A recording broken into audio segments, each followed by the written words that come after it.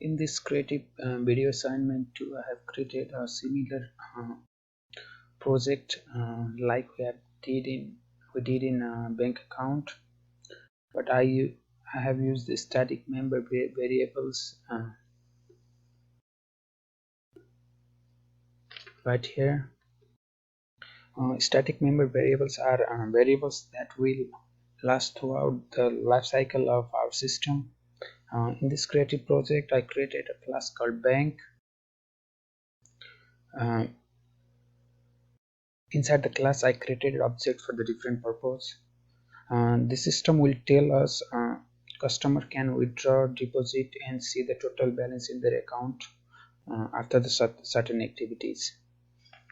I'm going to run this program.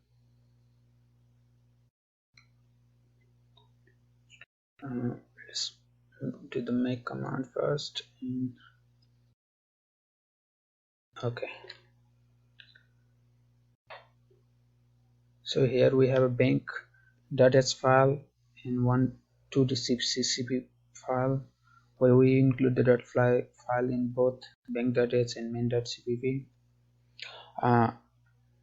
When I run the code, first thing happens is that it will print the info.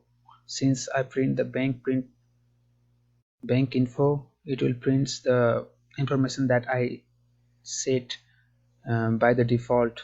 So this is the default information, which says that total bank account is 0 and the bank balance is 5,000. It prints number of account is 0 and total balance is 5,000. So after then what I did was I opened Amrit opened a bank account and deposit $1,500. Here Amrit used the overload constructor to open a bank account. He deposited $1,500.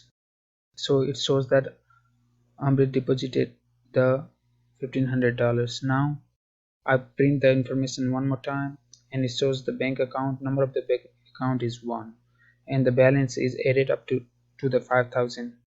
So 5,000 plus 1,500, 6,500. Also Peter also opened the bank account and deposited $1,000. So I use the default constructor for this. Here Peter deposited the $1,000 and the number of accounts goes to 2 and the total balance rises to $7,500.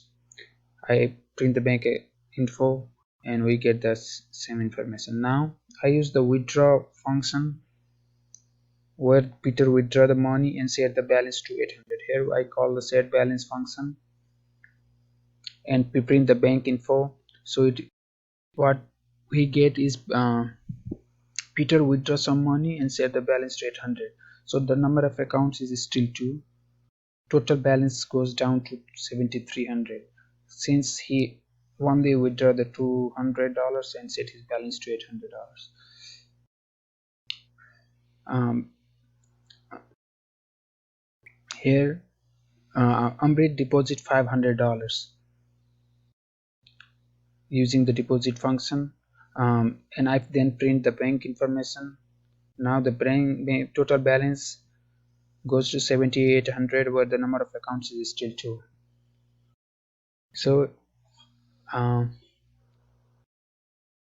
this is my bank.cpp file where all the default constructor, overload constructor, destructor, and mutators, these are called mutators, function are here. All the rest of the process are same as we had in lesson 3 bank account. Make file with the same process. It is done. Yeah, I have used the static two static functions here, and then I call those at the top as we have learned from the lectures.